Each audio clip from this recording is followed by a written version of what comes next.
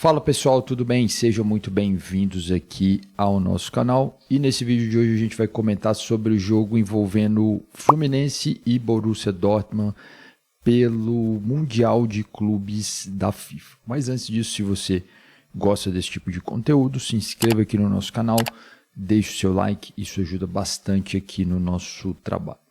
Pois bem, vamos comentar um pouquinho sobre esse jogo. Foi um jogo, o último jogo dos brasileiros, né? Todo mundo já jogou. O Palmeiras empatou com o Porto, o Botafogo venceu o Seattle Sounders por 2-1 e o Flamengo venceu o Esperance da Tunísia por 2-0. E era o jogo que, na minha opinião, acho que também de todo mundo que estava acompanhando, que teoricamente era um jogo mais difícil. A gente teve o Palmeiras enfrentando o Porto, que talvez seja aí o pior europeu aí desse Mundial, né? Um time que está no momento de reformulação, um time que não vem bem, não tem grandes estrelas, e o Fluminense está enfrentando o Borussia, que é um time que é muito bom, é um time que tem uma campanha muito boa, um desempenho muito bom no campeonato alemão, né? Venceu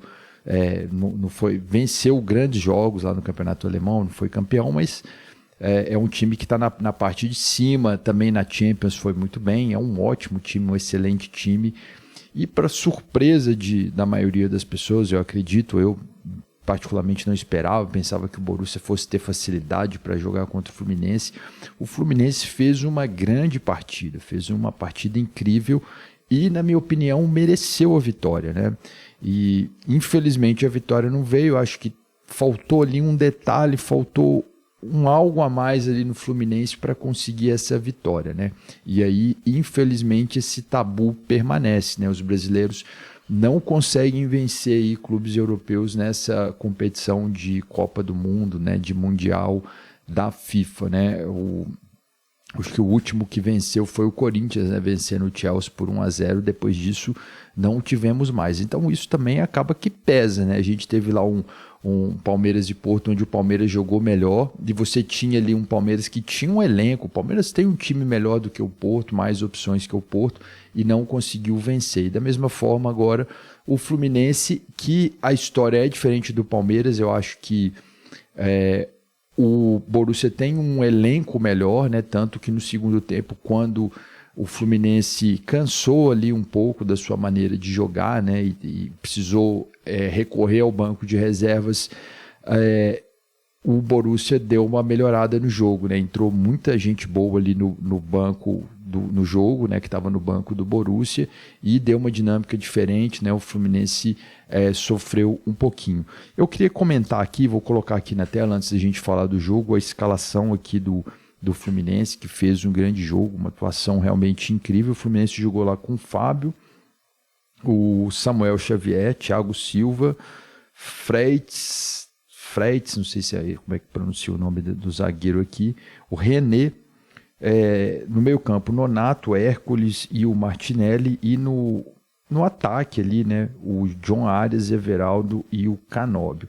E aí eu destaco o seguinte, como jogou bem o Arias, né, como joga bem, né, como é guerreiro ali, e não só o John Arias, eu queria fazer um parêntese aqui comentando dos estrangeiros, e se a gente for ver ali o jogo, o estilo de jogo, a forma de jogo, não vou nem ficar aqui entrando em detalhes maiores em relação à discrepância que existe entre o Borussia e o Fluminense, porque o nível de investimento que tem no Borussia, a Bundesliga e tudo mais, é muito maior do que no Fluminense. Então, assim, teoricamente, o Borussia deveria ter um time muito melhor do que o Fluminense. E, além disso, é um time muito mais forte do que o Fluminense, né? O time do Borussia é um time muito alto, jogadores fortes. Então, fisicamente, talvez seria um time que teria uma tendência a vencer, já pensando no pressuposto de que hoje em dia o jogo é muito físico. Então, o Borussia levaria vantagem nessa situação. E não foi bem assim. A gente vê ali, por exemplo, o Arias fez uma grande partida, ele ganhava várias bolas ali na lateral direita, ali, né, onde ele atua mais. E também o Canóbio, né, que é ali um uruguaio, se eu não estou enganado, né, foi um guerreiro hoje ali dentro de campo, disputou, lutou ali o jogo inteiro. Então, isso foi algo que me chamou a atenção. Então, assim, a gente vendo, comparando o futebol brasileiro com o futebol europeu, se a gente for ali, o Fluminense, por exemplo, né, for para ganhar no jogo físico ali do Borussia, é difícil. O Borussia vai levar vantagem nesse quesito. E não só no jogo físico, mas no jogo coletivo, como tradicionalmente os europeus sabem jogar. E a gente tem um exemplo clássico aí do PSG, que tinha grandes talentos individuais, como Mbappé, Messi e Neymar, e quando desfez esses talentos e investiu, resolveu se dedicar a montar um time que fosse coletivo, as coisas mudaram e conseguiram ser campeões da Champions. Então, existe essa cultura de jogo coletivo muito forte na Europa, que é mais avançada que no Brasil, vamos dizer assim, né? Em linhas gerais, né? Claro que existem poréns, né? Existem nuances nisso aí, mas em linhas gerais a gente pode definir dessa maneira. E daí a diferença que faria, na minha opinião, ali no futebol brasileiro seria a individualidade. Então tá faltando muito isso no futebol brasileiro, a gente vê aí durante os anos aí, meio que se perdeu isso, aquela vontade, aquela coisa de acreditar e de ir para dentro do zagueiro, a gente não vê isso mais. No jogo contra o Palmeiras faltou isso, contra o Porto. No jogo do Fluminense da mesma forma. Ali, em determinados momentos ali, o Borussia se fechava completamente, estava todo mundo atrás da linha da bola, as linhas do Borussia formadas, e o Fluminense tinha ali aquela barreira de jogadores com camisa amarela para eles avançarem, e aí ficava difícil ali você penetrar no meio daquela defesa, e aí o que faltava era aquele cara que acreditava, que driblava, né, a coisa que é clássica do futebol brasileiro, né, aquele cara que quebrava linhas ali e que conseguiam criar jogadas ali, tirar da cartola, né, vamos dizer assim, jogadas mágicas e fazer ali o gol. Então eu acho que esses estrangeiros, né, principalmente o Arias e o Canóbio, fizeram uma partida incrível, mostraram muita raça, acreditaram muito nas jogadas, né? Acho que isso é importante. Você está ali no confronto individual, então você vê que quando o cara está mais confiante, acredita mais, às vezes ele consegue ali ganhar aquela dividida, né, naquela disputa ali individual que tem ali durante o jogo.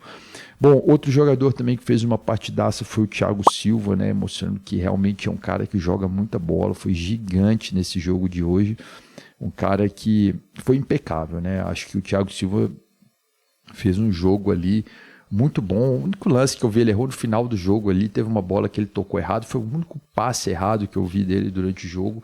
No mais, ele foi um cara importante, decisivo ali em bolas importantes ali, ele aparecia ali e garantia ali a posse de bola para o Fluminense, então fez uma partida incrível. O Fábio também, um goleiro ali que quando precisou ali teve presente, fez defesas. Então assim, de forma geral, o Fluminense fez uma grande partida. O mérito também do Renato Gaúcho, né, que eu já falei aqui em outros vídeos aqui no canal, que muita gente coloca o Renato como se fosse um cara, apenas um boleiro ali, que motivava os jogadores, mas não, o cara entende muito de tática, entende muito de futebol, e você vê que a escalação que ele levou hoje foi uma escalação pronta e efetiva para enfrentar esse time do Borussia, né? Ele tirou ali o Ganso, né, que é um jogador mais lento ali no meio-campo, e a gente vê que o Fluminense realmente ganhou o meio-campo, né? Acho que na posse de bola geral, o Borussia ficou com mais posse de bola, mas as chances mais perigosas, mais efetivas, o número de chutes ao gol foram do Fluminense. Então o Fluminense fez uma grande partida, mas infelizmente faltou aquele detalhe, né, para chegar na vitória, que eu acho que é essa questão que a gente discutiu. Faltou ali o cara acreditar, o cara partir para dentro do zagueiro, né? O lance mais perigoso ali do jogo talvez foi o jogo do Everaldo, que é o camisa 9, o cara frente a frente com o goleiro, né? Ele ficou pensando que o zagueiro ia entrar de carrinho nele, eu não sei o que ele ficou pensando, e não finalizou no gol. Algo que o cara que é centroavante, ele tem que acreditar na jogada, ele tem que acreditar que ele vai fazer o gol, então tá faltando isso muito no futebol brasileiro. O Cano é o cara que fazia isso muito lá no Fluminense, mas quando ele entrou ali, era um jogo muito difícil, muito físico, ele não teve muito sucesso, né?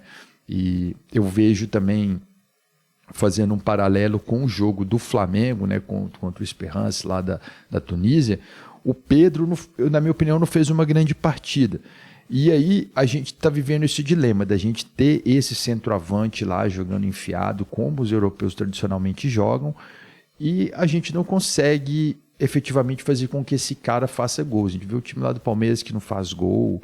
Então, assim, esse futebol brasileiro sem gols é algo realmente lamentável, né? Então tá faltando acreditar mais para sair essa primeira vitória aí contra time europeu aí nesse Mundial de Clubes.